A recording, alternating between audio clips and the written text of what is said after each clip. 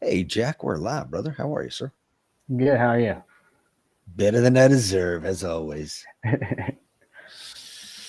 this has been a long time coming, man. Well, at least I don't know, better part of this year, I guess. Yeah. Yep. When were we in? Was it New Jersey? It Mm-hmm. was like April. Probably April, yeah. Yep. So Jack and I met. Seaclander brought you up to, I guess, evaluate or audit our firearms instructor development course Yes. because of your current position at United States USCCA, and we'll talk more about your relationship with them here in a minute. But yeah, that's when you and I met up there in New Jersey. A lot of love in New Jersey. I'm gonna just leave it at Yep. that. Yeah. It was a good time. Mike was gracious enough to allow me to come up there, see your guys' curriculum, your course, uh, how you educate and train instructors to be the best instructors they can be. Was was an awesome experience. A great 5 days. Loved the opportunity. So very thankful for both you and Mike for giving me that opportunity. Yeah, it was a lot of fun, man. Again, Jack, welcome to the show. I'm gonna go ahead and read your impressive bio here, my friend, and we'll kick it off. Jack Shepard is a former Marine Corps counterintelligence specialist with 8 years of service, specializing in anti-terrorism and force protection. His military career took him around the world, where he gained expertise in counterintelligence operations, CI and HUMINT, advanced firearms training, surveillance, and counter surveillance, as well as anti-terrorism force protection operations.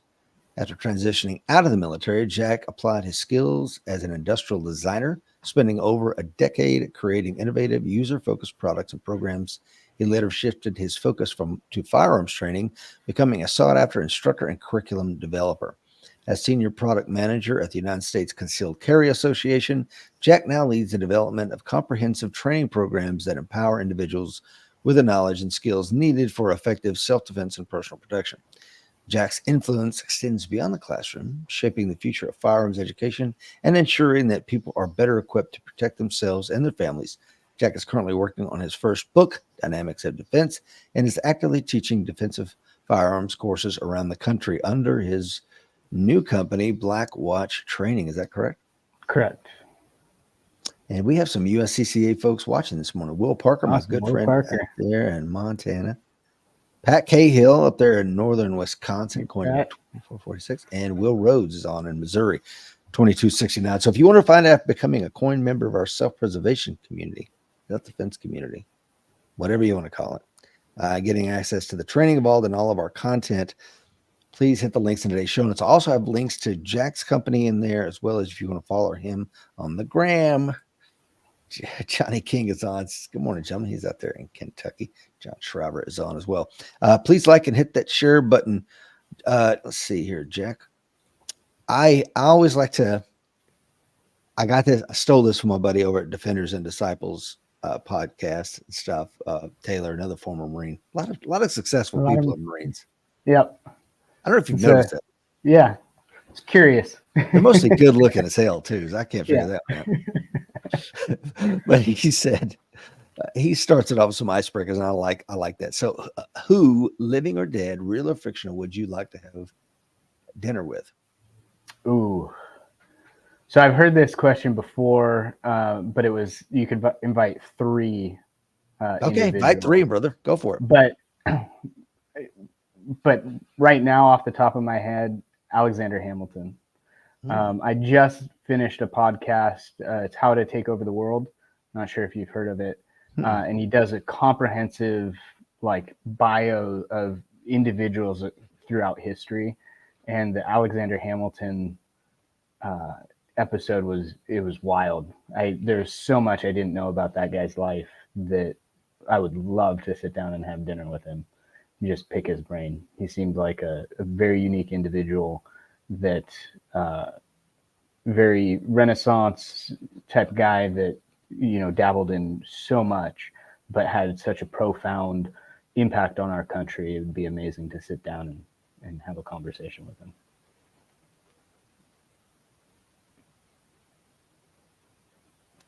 Hey, Jack, I'm having some technical difficulties. Can you All hear? right, I can hear you. I can't see you.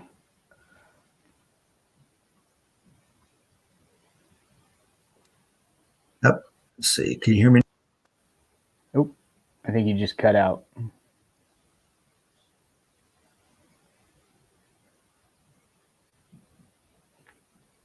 you hear me now, Jeff? Can hear you. Okay, Can't perfect. see you. My mic is back on. Yes.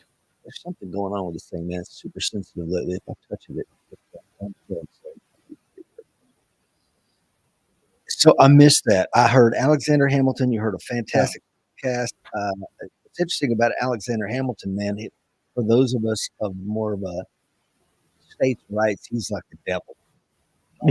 Yeah. He so in that episode they talked about his proposal for the country, and it was pretty extreme. It made Madison's proposal look mundane in comparison, and so that's why they went with Madison's kind of framework for the nation. That was, one of the interesting things about it was he kind of wanted a whole king system thing going on. And it was like, that's what we just fought against, right? Aren't we only trying to get this out of this, this area? But his military mindset, his intellect, and just kind of his breadth of knowledge is profound. It would be, if we could bring him here today, I'd love to talk to him and be like, here's where we are. What are your thoughts? I think this is kind of what he foresaw, don't you? A big centralized government. Well, yeah. I wonder what the State of the Union, so divisive, and how can we get back on track? Are questions I would ask him. How do you reunify something that's been fractured? Yeah. Well, I don't. Again, it depends on what end state you want. I'm, as a more Jeffersonian kind of guy, I want a federal government that I can sit on my lap and give him a lollipop. You know what I mean? Hey, buddy, how are you? Hey, you're looking good this morning. All right, run along. Get out of my house now. Shoo, shoo, shoo. But as a tiger overseas, you go overseas and stomp and break shit all you want. But here in CONUS, I need you a tiny little thing I can flick away. But that was not the world that Alexander Hamilton wanted, and it's not the world we have today. For sure. So I kind of salute the fracturing, I guess, in a sad way. What books are you reading right now, Jack? So the couple books that I am reading, Practical Shooting Training by Ben Stoger and Joel Park is one that I've dived into here in the past week. Just trying to get a breadth of knowledge from various professionals out there in the industry of how they develop training. This one's pretty good. I like how Ben and Joel have broken down the training into like kind of 4 phases of a shooter. The other book that I'm reading right now is I believe it's How Civil Wars Start by Barbara Walters. Yes. Yeah. How is that? But it's good. It's good, and it's pretty comprehensive. So it's been taking me a while with all of the other things that I've got going on. I pick it up, read a few pages, and then I set it down. It's one of those things where it's like I need to just push through it. But when you're on that type of subject and you see a lot of those key indicators, kind of like, I'm going to set this down for a little while, get some work done, pick it back up, read a few more pages. So I did probably about 2 weeks ago. I did a 2.5 hour show on causes of the American Civil War that I thought were causes, and 3 or 4 of them were not ones that most court historians, as people call them, tend to think are important. And it was interesting because, as you kind of obliquely alluded to, a lot of those same things are at play currently. Which should give us all pause for what may or may not happen here in the next couple of years. For sure. Now, does that mean it's going to be an armed conflict like the American Civil War, or is it going to be something more opaque? Whereas, because I think we see it now, like when. Oh, you cut out, Rich.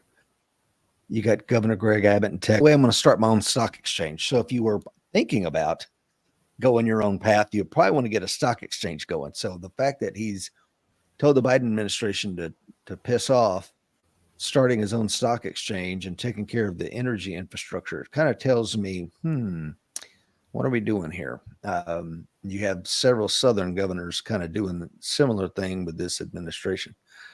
So it's going to be an interesting, Be an next few interesting years, ride. especially. Yeah, for sure. If you could only teach one class, what would it be and why? Oh, that's hard. I would teach some hybrid of situational awareness. That would be, you've got me there, because I love teaching weapons handling. I'd teach the pistol and situational awareness. The situational awareness would be a way more in depth. Explain what you mean when you say situational awareness for those new to our community. Yeah, situational awareness is understanding the environment and potential threats, and being able to have plans for mitigating those threats. So avoiding conflict is kind of the ultimate goal. My training in the Marine Corps with counterintelligence, if I got into a conflict, I didn't do my job. That was the ultimate fail for a CI HUMINT guy, was putting themselves in a position where a gunfight had to take place. So all of the training that I received in my career there was all about not being seen, avoiding conflict, and moving around without detection. So I think those skills are very applicable today, especially with riots and these spikes of violence. Just people don't, we're stuck into our phones, and we're on this dopamine drip from Instagram and whatever else, and they're very unaware of their own environment and situation. And I'd love to be able to teach them in a way that gives them not only the understanding, but the skill set to move around freely and to avoid violence. No, I like it. Is there any kind of tips, tricks, things, quick way of thinking of that? Because the way I think of situational awareness when I tell it to people, because we've done exhaustive shows on it, I've written about it extensively. It's like just to be able to project the current state to a future state at the most basic level, right? Whether that's in a factory, like I see a forklift coming, I don't live in a factory, I don't work in a factory, but I've got enough situational awareness to realize that forklift's coming and that conveyor belt's running and they're going to intersect and it's not going to go good. Or in the community, are there anything quick that you think, or at least place to point somebody? So how I like to think about it is a baseline. So kind of like your own personal health or any type of environment, there's some type of homeostasis. There's some baseline. So your current everyday schedule, what does that look like? What does it feel like? What's that normalcy? And be aware of that. Take that in, track your day for a week. What does that feel like traffic wise, at the post office, at the gas station? And then know that that's your baseline. And then anything that kind of peaks through that baseline is a potential danger or a potential shift. So knowing your baseline and then being acutely aware of something that isn't within that baseline is a great way to look at, hey, is there something potentially wrong here? Yeah, I did several shows with the guys from Arcadia Cognorati. Do you know them? I don't. Yeah, who's name? Brian Marn and Greg Williams are the ones that. Oh, it's Greg is the one that put the Left to Bang curriculum together. Yep. That Van Dorn and I forget who his co-author coalesced into the book Left to Bang. But lots of good stuff in there, man. And I love the BAD acronym that they kind of came up with. That to me is the simplest way of looking at it. You have baseline, anomaly, decision. Yep. And like you were talking, Jack, you got a cultural baseline we operate in. I understand what it is here in the South. It may be different from Vancouver, where Guile is watching us from this morning. Yep. And if an anomaly is observed above or below the baseline, and we can go deep into it if you want to, but yeah, you got to do something. So I agree with you, man. And this is the problem, I think, with the military culture. You know, we give medals of honor and all this stuff to guys who screw the pooch. Instead, what we should do is a court of inquiry. Like, okay, why did your NSW team get compromised? Yeah. Captain, yeah, explain. And instead, we're like too busy handing out Navy crosses to people, and it's like, hey, no. Roland, he was a Danish or Norwegian explorer. Roland Amundsen, or I can't pronounce those names, but anyway, he's the first guy to reach the South Pole after everybody else had failed expeditions and people were dying. They're eating dogs. I mean, it's bedlam. But this guy, he planned it out. They trained their ass off. They went, they brought all their guys back, all their equipment back. They made it look super easy. And nobody knows the guy's name, but we all remember Shackleton and all these people that just went down there and got their ass handed to them. I'm not interested in that. You know, I'm with you, Jack. Like, I want to, how many officer involved shootings was police officer Brown involved in? 0, none. They could say, well, you got lucky, but you create your own luck. Yeah. So what do you think about that? Sure. A big thing about luck there. So I read a book a long time ago on luck, and it really broke it down to luck is preparedness and opportunity. And then you have luck, right? I got lucky. Well, if you didn't have the skill or were prepared to seize that opportunity, then it wasn't luck. It was something else, divine intervention. Without being prepared and having that skill to take advantage of the opportunity, it's not luck. It's being well prepared. It's being well oriented to your situation. So having that, I don't really believe in luck in that way, where it's like, oh, you just got lucky. No, I applied my skills. I applied my principles to this opportunity, and the outcome was good. I 100% agree with that. I've seen that. It's where luck meets opportunity. And yeah, I've been in the room where, let's say somebody's sitting there and they have this really unique skill set. They're the SME, subject matter expert, for those that don't habla. And they're sitting right there. Let's say it's banjo playing. I'm making something up. And like, man, we're looking for a banjo player for next Tuesday. And I've got basically an unlimited budget for this guy to come out and play the banjo. And the banjo player is sitting there like, bro. And then he'll walk out of there and we'll go to lunch and he can't afford lunch. Like, man, I just can't catch a break. I'm like, bro, you're not paying attention. It goes back to situational awareness, right? You got to be aware of your environment and know when these opportunities arise. Like, oh, I can fulfill that need. And that's sales, right? Find a need and fill it. For sure. I see that we struggle with that in the firearms training community.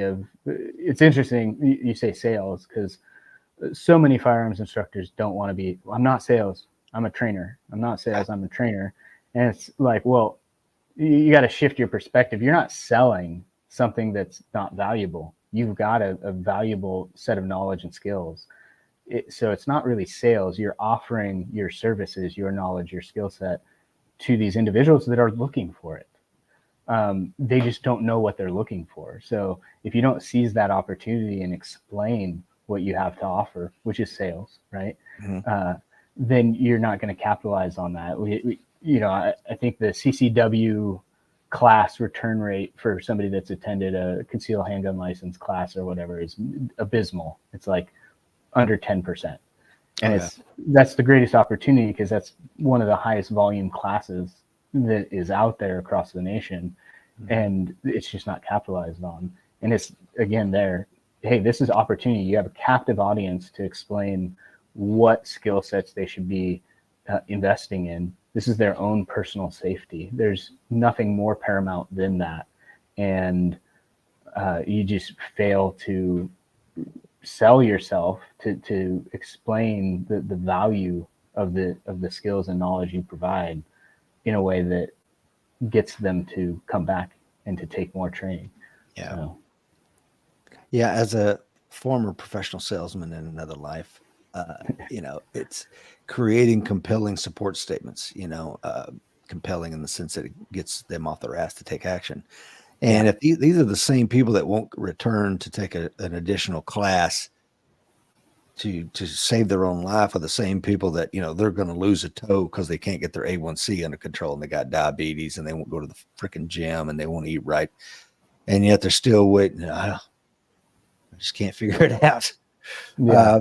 And that's to Pat Cahill's point. Pat says situational awareness has two parts. First, recognizing the threat, and second, taking the appropriate actions. And that's what you and I are talking about.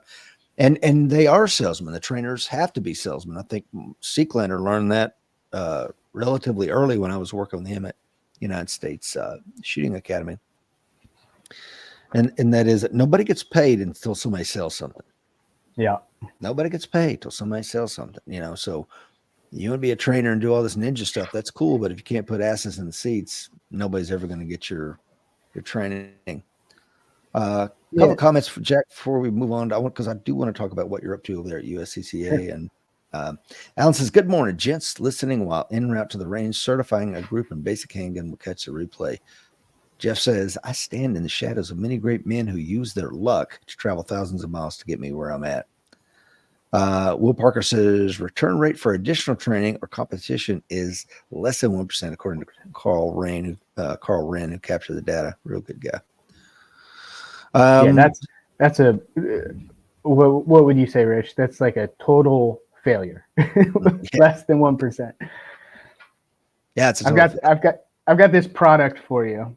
I'm going to sell you that, and you're never going to buy another product from me again. 99% of our customers don't buy another product from me. That's not a good business model. Well, okay, so I have one of my first cousins. He's new to he's 6 months older than I am, so he's 55, and he's like, "Rich, I got my handgun concealed carry thing." I'm like, "Okay, fantastic, man." He's like, "Yeah, and they told me I need this USCCA." So yeah, I'm like, "Okay, well, what are the 5 elements of the law of self-defense?" Because he knows none of them. Okay, well, that's difficult. Well, how about the AOJ triad? What is that? I had no idea. Okay. My problem with people that buy an insurance product, whether it's USCCA or CCW Safe or any of the innumerable ones that are out there, and some are better than others. We won't go into that. But I think, it's like, I want to just pay the whatever you guys charge, $29 a month, $100 a month, whatever it is, and forget about it. No, that's not the right way to do it. Right. Once you've immersed yourself in the law and the contextual use of force, the lawful, legal, and responsible use of force amongst all of our 50 states, now please go buy that product if you still think it's necessary. But I think there's a tendency to, okay, I bought the thing, I'm done, I'm carrying a gun and I'm going forward. Do you see that at all? I see it a lot. It's one of the main tenets from the USCCA. We have got basically 2 pillars. We've got the self-defense liability insurance that is there to cover you, responsible gun owners defending themselves with any legally obtained weapon. And then we have our education arm, and that plays into what I do with the USCCA, what I do for them. Education is crucial, and we don't stop when you sign up for a membership for coverage. We don't stop with, "Hey, here's your coverage. Here's the legalese document that this is what we do." We have a whole education arm of the organization that's there to support for many different factors. One, if you don't win the self-defense gunfight or whatever it is, it does you no good, right? Mm-hmm. So you have to be capable. You have to be competent in the tool set that you are carrying around every day to defend yourself or somebody else, but also all the education from situational awareness to the laws in your state, in other states. If you're traveling, it's a huge spearhead of ours is education, and we really push the members to go back in. We have a portal website, Protector Academy, that houses a lot of our digital learning experience, and we really push our members to go back through and engage with that training, because it is so important. You can't just get your card and your firearm and say, yeah, I'm good, because you may put yourself in a very compromised position that was not legal. Unfortunately, it's to the discretion of, the prosecuting attorney, whether or not they say that hey, that is justified self-defense or not. And where I come from, Portland, Oregon, more likely than not, they're going to want to prosecute you, even if it was all above board. They're going to want to try to get some type of example of why this firearm was so, use of this firearm was so egregious. Yeah. And that kind of speaks to what Tony is saying here. Tony says the problem relating to insurance, it's not like car insurance that places your car regardless of who's at fault. It doesn't turn a bad decision into a good shoot. And that is a fact. Yep. Pat says, whenever you go to a jury trial, there is a greater than zero chance the jury verdict will not be in your favor. Yeah. And that's exactly right. Which is why situational awareness is so important. If you win every fight you're not in, you win every damn 100%. Every single fight. Yep, absolutely. But again, that doesn't sell memoirs. If you're going back to the steel metaphor, and I'm not beating them up. I got some friends that are NSW guys, and they're good people. But and every branch of service has it. The Marine Corps has it. We slogged it out of the chosen reservoir. Well, why the hell did you get trapped up there to begin with? Let's talk about that. Let's have a court of inquiry on that. And then we'll think about handing out some medals, maybe. But people might go to prison, like the debauched thing in Afghanistan, and all the generals got to keep their jobs. And it's like, no, some people should be rotting away right now for what happened there. But I digress. Yeah, the state of accountability I would say the state of accountability in our nation, it seems like everybody wants to obscure themselves from the accountability. Yeah, Johnny King says the statistical probability of using a firearm to defend yourself has greatly increased over the past few years. Yeah, there's no question about that. I was looking at the world homicide rates for cities, and we had one in the top 10, and it was New Orleans. So, really? Okay, that's right. I heard. Yeah, I heard New Orleans had surpassed Chicago, which was kind of shocking to me. But New Orleans, and I used to go for 6 years, man. I was down there every month for at least several days to a week. So New Orleans was my stomping ground. I felt very comfortable there. I would stay on Canal Street and hang out in the French Quarter. And if you do that, if you know the areas to stay away from, you probably have a good time there.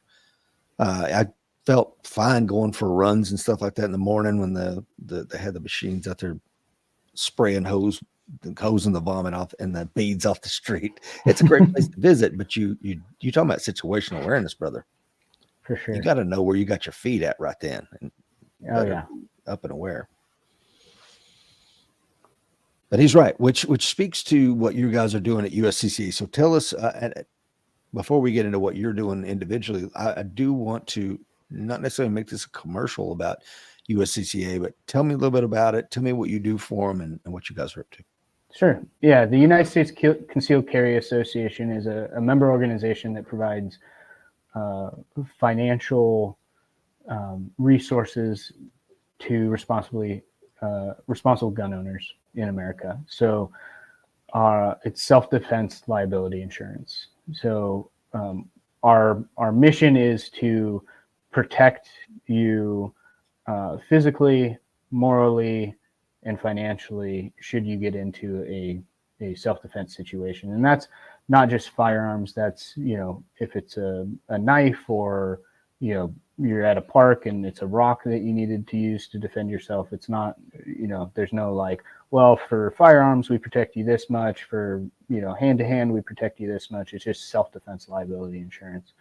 And so that's kind of the mission is to protect responsible gun owners in America. My contribution to the organization is I'm a senior product development manager. And what that really means is I help develop the curriculum that we teach and certify instructors in.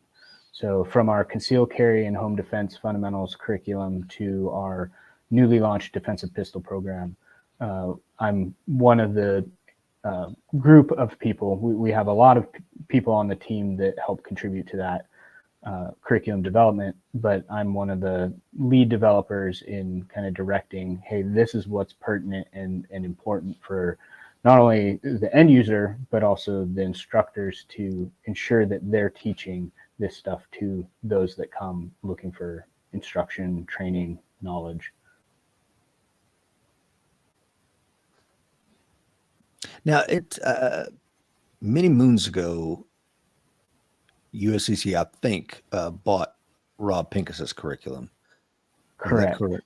Okay. Correct. And Pincus is a good guy. I've had him on here many times, but there are things I don't agree with in that curriculum, and I'm sure he'd say the same for mine or your curriculum. Are you guys still operating on that, or is it changed? So his curriculum, so we licensed his curriculum, I want to say it was 5 years ago. It was a little bit before my time, and it was defensive shooting fundamentals. And it was kind of the concept of it was, if you only had one class to teach somebody that was going to take that class and then they're never coming back and they're going to have to use their gun tomorrow, this is what I would teach. And that was kind of the framework that they used to build the defensive shooting fundamentals curriculum. And they tried to scale that. So they tried to get training counselors, instructors spun up on the curriculum, and then propagate that out to end users, and it just wasn't finding a footholding. Whether that was the methodology of the instructor certification or the scope of the training, I didn't dive too much into why isn't this working. But when we decided, but it wasn't necessarily a problem with his program, was it? It was maybe the implementation of it across. It was some operational stuff, implementation, operational issues, I think. The curriculum itself, a lot of great principles and concepts in that curriculum. Some not so great. And so some not so great, potentially. So we purchased outright that IP, and then we decided to relaunch our pistol program. That's what we call it, the defensive pistol program now, and actually look at it as a programmatic training. So it's not just one session, it's 5 sessions that you'd bring a student in and you'd teach them, a module or a session over a period of 5 weeks, maybe, or 5 days if you had the time and opportunity and whatnot. And our guiding principle is motor learning science, skill acquisition science. A lot of Dustin Solomon contribution. I've had numerous conversations with him, tons of research papers on how do top level performance athletes, collegiate athletes, how do they acquire skills? How do you make them automatic and adaptable? Because in a life-saving, life-threatening situation, you want those skills to be automatic and adaptable to the situation at hand. And so that was our guiding principle, is let's develop a pistol program that really can get to the core of that skill development. And then hopefully that motivates them to continue training past those 5 sessions. That this is something that they start internalizing and taking accountability for, and start developing their own, home dry fire training regimen, and then coming back to their instructor as a source of knowledge, as subject matter expert, as you said, to hone and develop and continue to push their skills so that they're ultimately capable to their best ability, rather than, well, I took this one pistol course, I hope that's enough. Right. Do you guys at all employ differential learning? Explain that to me. It's putting variability in to the learner. So like if I was going to teach you to play soccer, I might blindfold you one day. I might, instead of just having a red and a blue team, I might have a red, blue, and yellow team. So there's 3 things going on. Gotcha.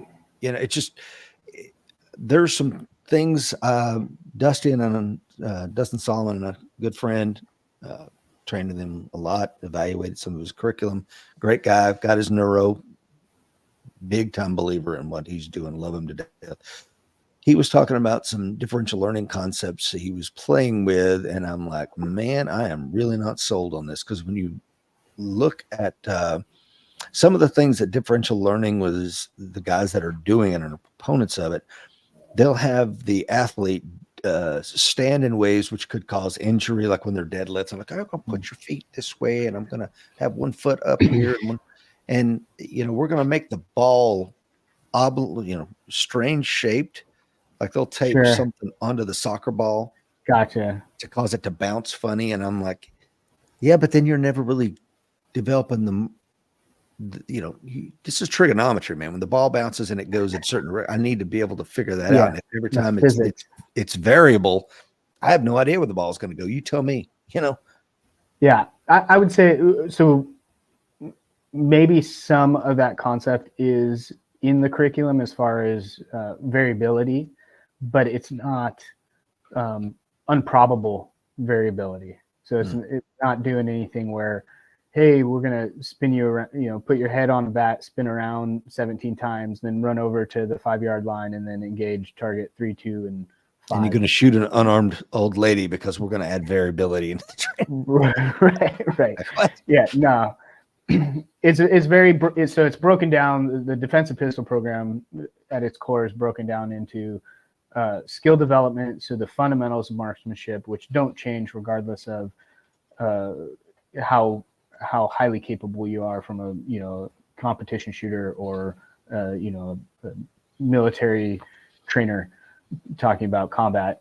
Those fundamental skill set is what it is, right? It's how we can fire a firearm accurately and quickly, and there's no shortcuts to that. Then we get into more kind of skill development.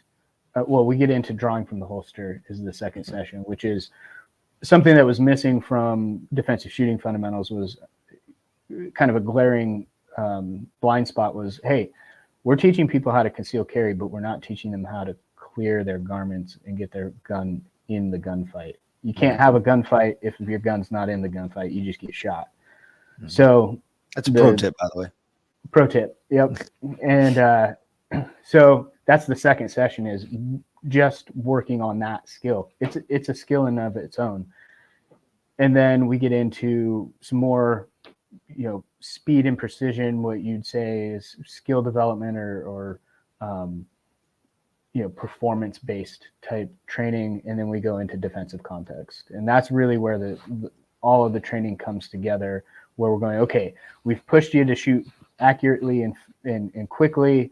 Now let's talk about how the mind works under stress, under cognitive load, with decision making in defensive contexts. You're responsible for every round that comes out of that firearm.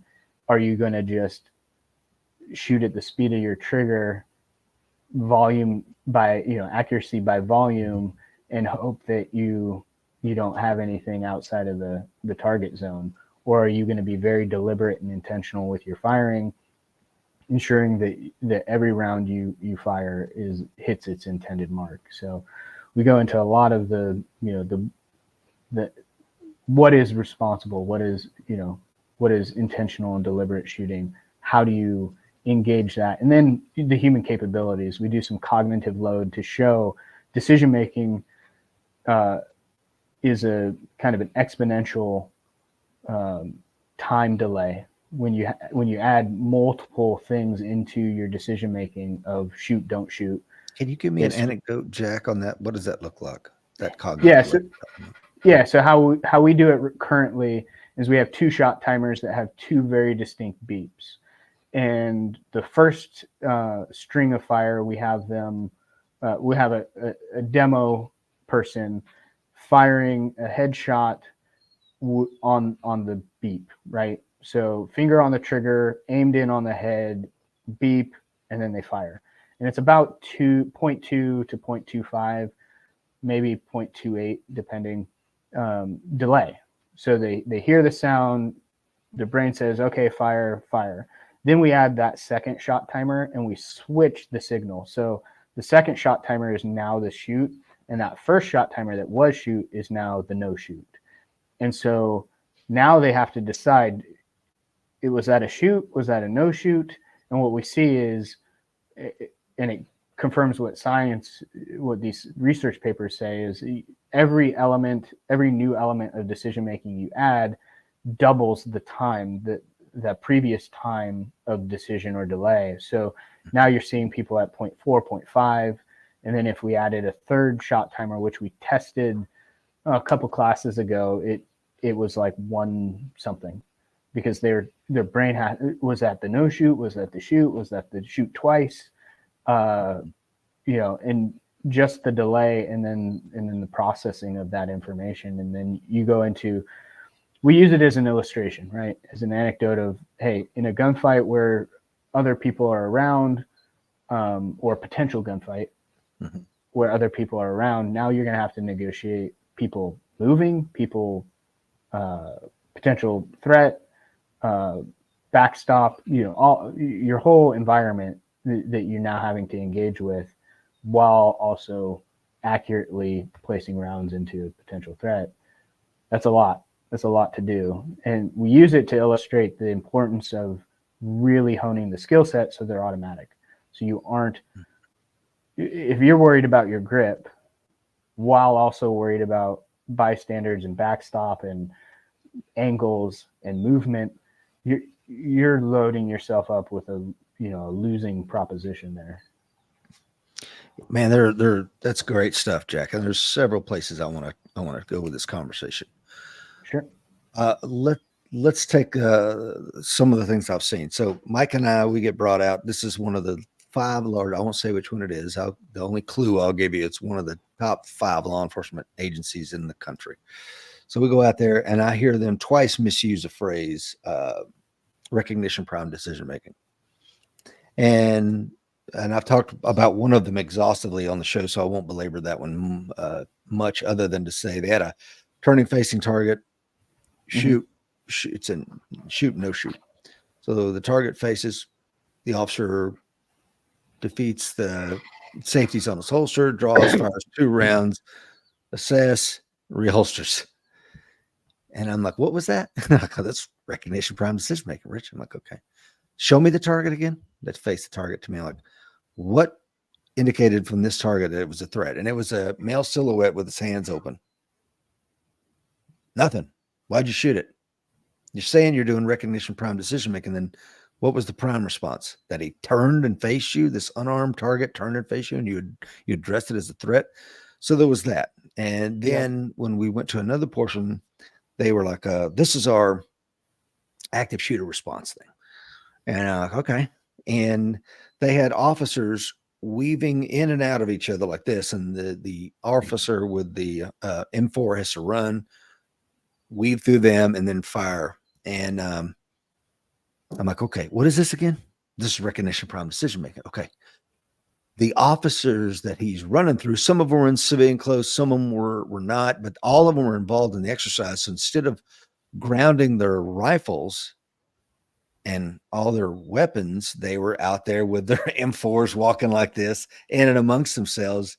And I'm like, you're treating these people like traffic cones, where in reality you got people carrying rifles in different ways here and they have other handguns. Like, you should be addressing those threats if that's really what we're doing. If you running through a crowd of people with rifles to go find somebody with a rifle, that makes no sense. Right. So I see this firearms trainers and my degree is in social psychology. So I'm probably a little bit more, tuned into this misuse of human psychology more than most. Sure. And it frustrates the living shit out of me. And so that's one I would like you to chew on and maybe address. The second one is, and that is the misuse that you see in the training community. The second part that you talked about that I think bears discussion is you said that the new student is trying to figure out what's in his foreground, in his background before he breaks that shot, and all that, which is fantastic, by the way, because I've had so many arguments with with friends of mine that I love dearly that are incredible firearms trainers, shooters, etc. And I'm like, give me your firearms safety rules. And they give me 3. And I'm like, okay, where's the 4th one? What are you talking about? I'm like, you said nothing about backstop, foreground, none of that. Well, yeah, it doesn't really matter. But of course it matters in the defensive context of the use of that firearm. I have to be aware of everything, people moving around me and where that bullet's going to go beyond if it over penetrates, etc. And they're just like looking at me like I got a third arm going out my head. And I'm like, those 3 are fine if we're on a static range and we're just working on basic marksmanship. But if you never tell the new shooter that 4th critical piece, then I think you're setting up for failure. And take those in any order you want, Jack. Yeah. Well, talking about the safety rules, the be sure of your target and its backstop or its surrounding area is in defensive context. You're right. It is so critical. And we see that, and I'm not prior law enforcement, but the positive identification, like you were talking about, identify prime decision making or whatever. If you're not sure of that target and you're not sure that your sights are aligned on that target, you're not pressing the trigger. That's critical. I mean, there's horror stories of that across the industry. Of the last one I heard, and I need to find the actual source story, but it was a mom who, bump in the middle of the night. Daughter was coming home from sneaking out. She got out. She thought somebody was breaking in, got up and shot this shadowy figure, shot and killed her own daughter. And stuff like that is horrifying to me to think, what was the training that this woman had? Right. Was it just a concealed handgun license class or a basic pistol class that didn't really or no contextually training. Or no training yeah. that didn't contextualize for her these steps of safety? Especially, we go back to situational awareness. Is how old is your daughter? Is she a teenager? Is it like there's so much to like what my baseline is and what my home life is as a context of that might be my kid, not somebody breaking in, and making sure, hey, I'm going to make sure everything's safe before I just indiscriminately place rounds into down the hallway. And yeah, it's well, I think what you're talking about though is like PID the target, positive identify the target before you pull the trigger. But I'm talking about, and that's good. But what I'm talking about is if all I ever told a new shooter is these 3 firearms rules. Treat all weapons as they're loaded. Always keep your fingers straight off the trigger. Never point the weapon at anything you do not intend to shoot. And just leave it at that. Those are the 3. Got it. Then I positive identified my target, and I'm doing everything right. But I never shared with them that 4th one about understanding the foreground, people moving, the background, what may or may not be beyond that. And there's multiple cases, as you know, and being in this space of they shoot the guy and it goes through, the glass window and hits somebody in shopping in a store, 100 yards away.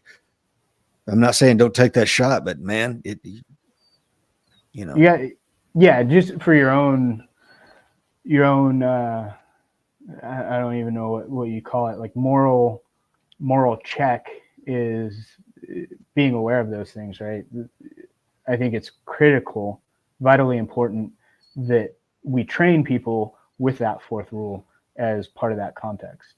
Was that either visualizing it? It's hard to do on a flat range. This flat range paper targets, really getting people to visualize what the context, like potential environmental context of that skill development is.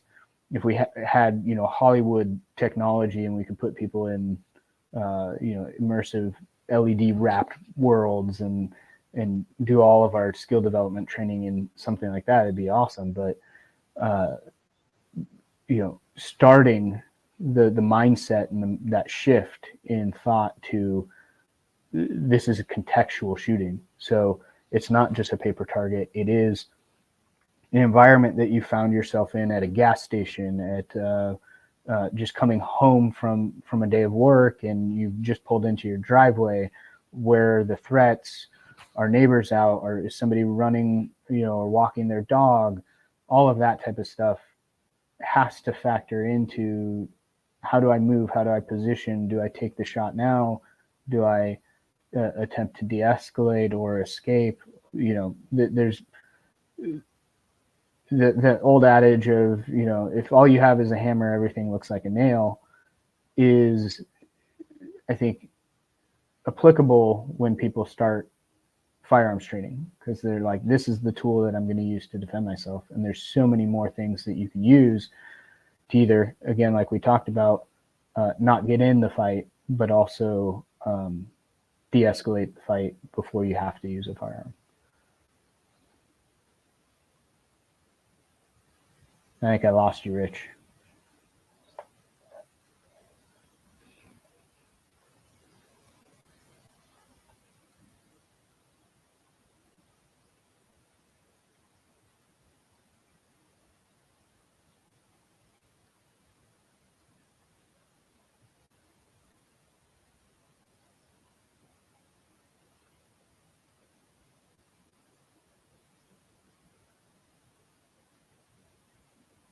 There he is. Well, Jack was only running outside.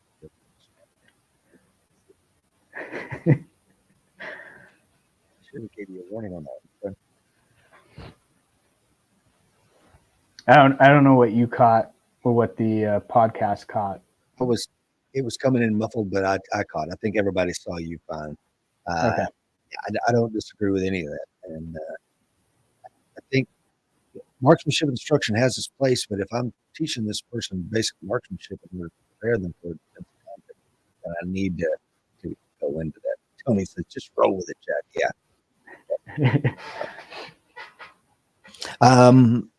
Yeah. So what are you up to over there at Blackwatch? Tell us about your company and how that came about. Yes.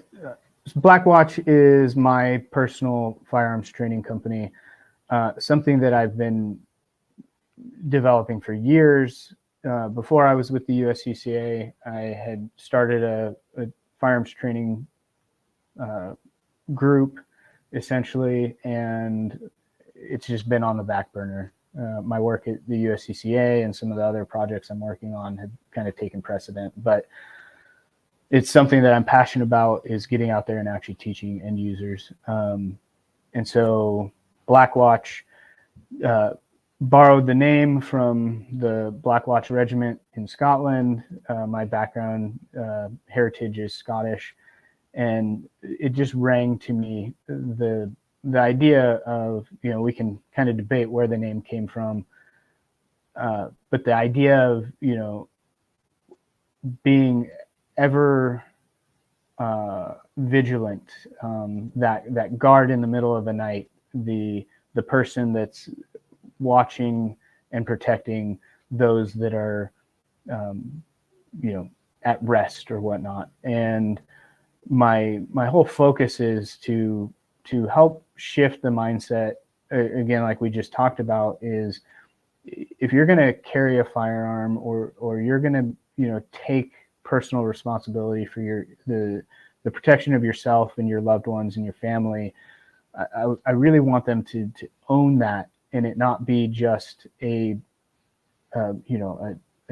pistol intensive class, and then they walk away with maybe being able to shoot a little bit faster, a little bit more accurate, but none of the, like, what I'd say is more spiritual or more intellectual, like, association with all of that stuff. And so really my drive is to educate and prepare people to protect themselves in a way that, really becomes part of their lifestyle. And it's not just, the term concealed carry lifestyle is thrown out there, but it's more a protector mindset. Maybe it's the sheepdog kind of mindset of, like, you are ultimately personally responsible for your protection. And if you assume that for your family and loved ones and community, then even more important that you live that mindset, that you take kind of a code of how you operate and how you think about things. And so really that's kind of my mission, is to help spread that mindset, that self-reliance and self-determination in protecting yourself. Okay, I dig it. Alba go bra, Scotland forever. There you go. Yeah. So, yeah, I dig it, and of course, I knew immediately that Black Watch had something to do with your and my Scottish heritage. I want to back up to Brian Schuler's point before I dig back into your comment, because Brian, this is an excellent question. He says, "How do I best incorporate these components into my home range and drills?" And I think that speaks to what we were talking about earlier. Do you have any thoughts on that, Jack? Talking about like cognitive load or the situational context type stuff, Brian? I think so. I think so. Okay. Yeah. Man, depending on what the home range is, even if it's dry fire, Jack. I mean, even if it's dry fire, yeah. It's hard to do with flat paper range type stuff. It's very independent whether you have strong visualization skills or not. But I would say really briefing them on visualizing in the context of the drill set that you're about to do. So if you're going to do like a defensive context shooting, what we do is we talk about some variable options, right? You have one shot at a time for as many shots as it takes is our kind of baseline. So we never say, hey, hammer pair, 6 shots to the chest. It's always one shot at a time, as many shots as it takes. And then we give them some options of protocols that could prove to be effective, whether that's a controlled pair or what we call a string of singles for a target that's moving. And then we have failure to stop. If, Rich, the definition of insanity is doing the same thing over and over again and getting the same result, right? Expecting a different result. So at some point you have to then maybe take a more precise critical shot to stop that assailant threat from continuing their behavior. So, you can do that on a flat range where you have multiple targets and you're doing a string of single, one to each target, but the visualization there has to be pretty good in your brief, and the students have to visualize, hey, this isn't 5 individual targets, this is one target moving, and you're engaging them as you're moving. And so there's kind of a suspend disbelief shift when you're doing some of that context on a flat range. I'd say really developing the skills first, because if they don't have the skills, how can they apply them? And then getting into an application of those skills. So I'd break it into kind of 2 sections. If it's a 1-day course, maybe half-day skill building, half-day contextual application, where you go through some scenarios and maybe you have 3 targets that are spray painted different colors at the bottom.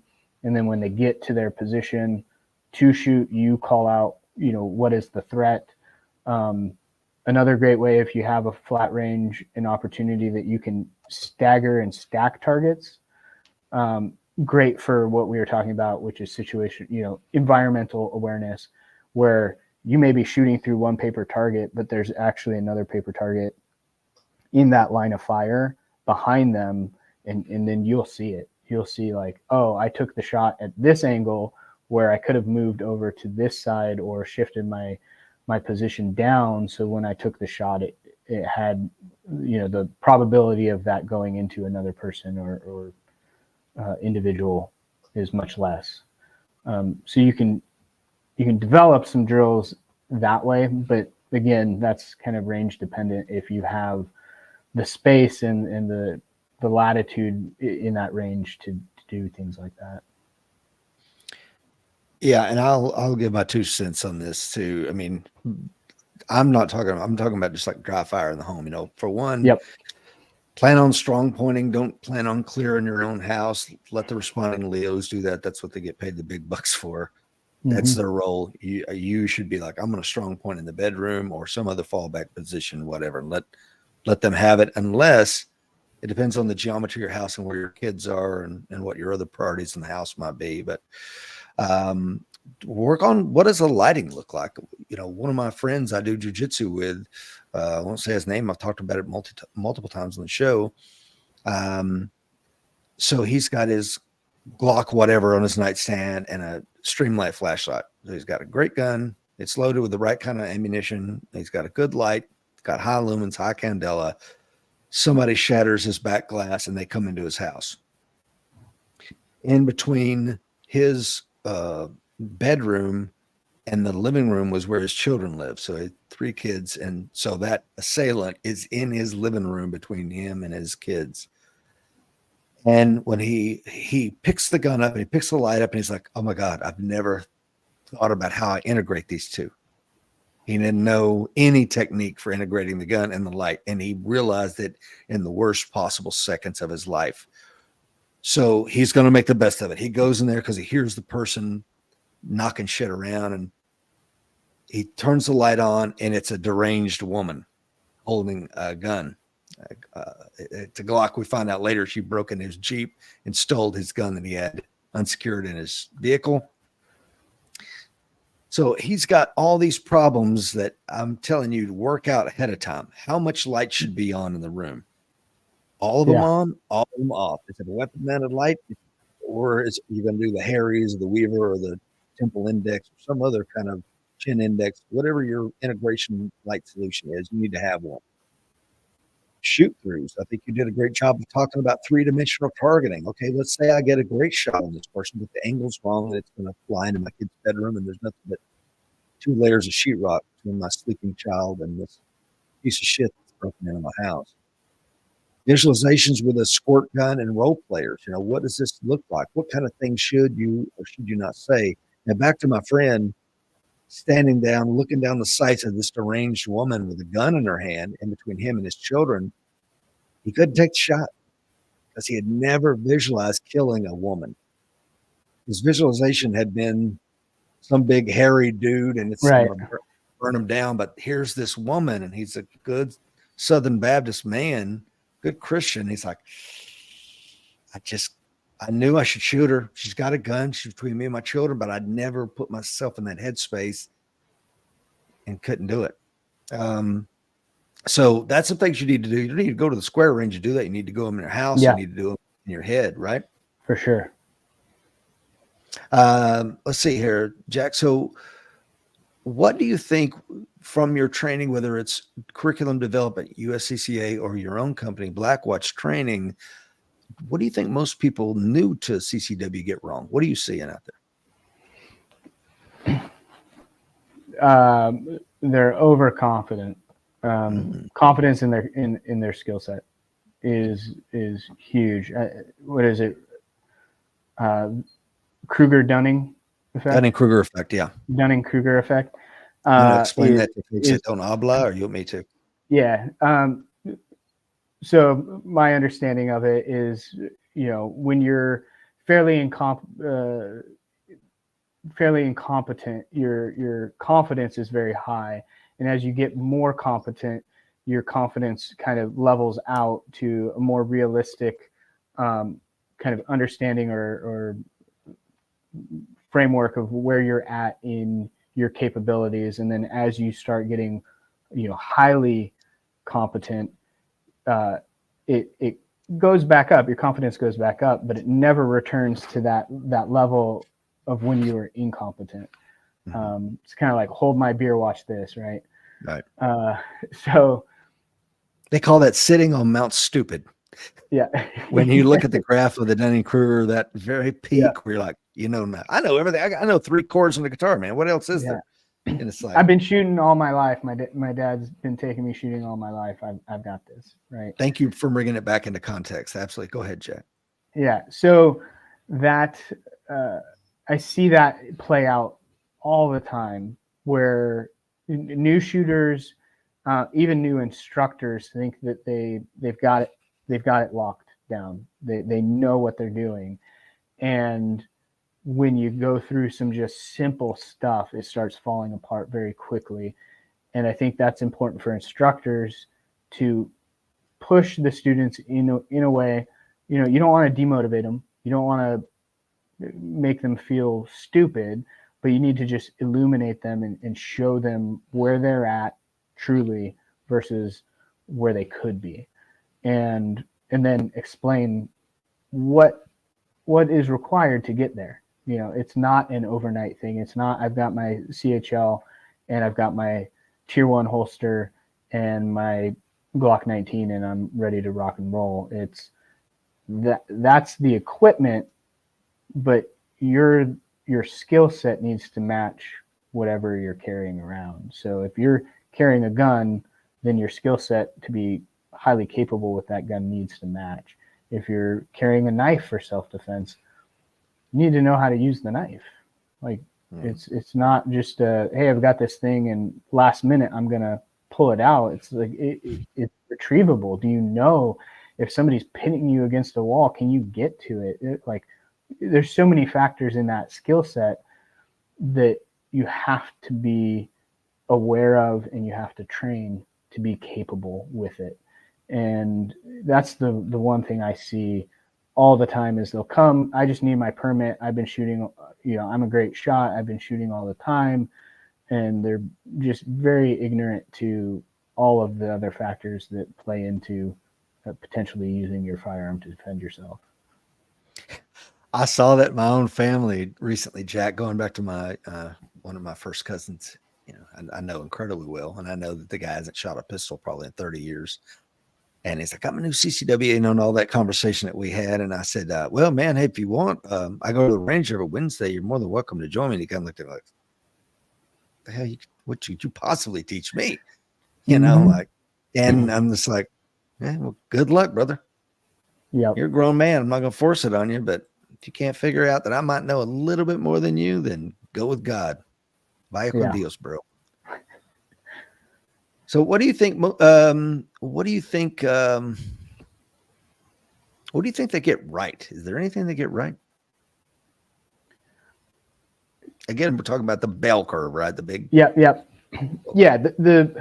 thing that I see is people coming to class with, for the majority, have an open mind, and they're there at a class, right? We talked about sales and the opportunity missed a lot of times. They're there seeking some level of knowledge, whether it's, hey, I've got the goal in mind, which is my concealed handgun license or weapons permit or whatever you call it in your state. We should unify that. It should be like a driver's license. But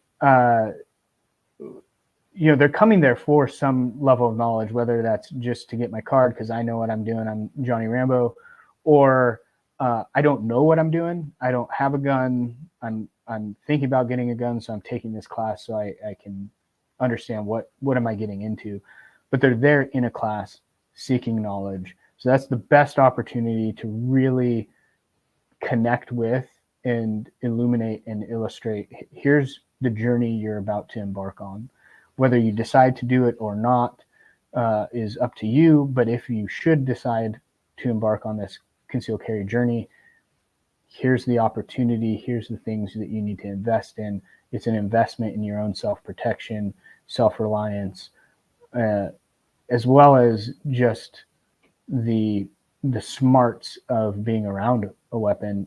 You might be somewhere else and there's a weapon around, knowing how to handle that. So I think a lot of them come in with the best intentions. It's just connecting with them and educating them and bringing them up to a level of understanding of, okay, this is what I wanted to do. Now I realize I've got, 4 more steps that I should probably take before I feel confident enough of putting that gun in my belt line and going out in town and walking around and feeling confident that I can protect myself.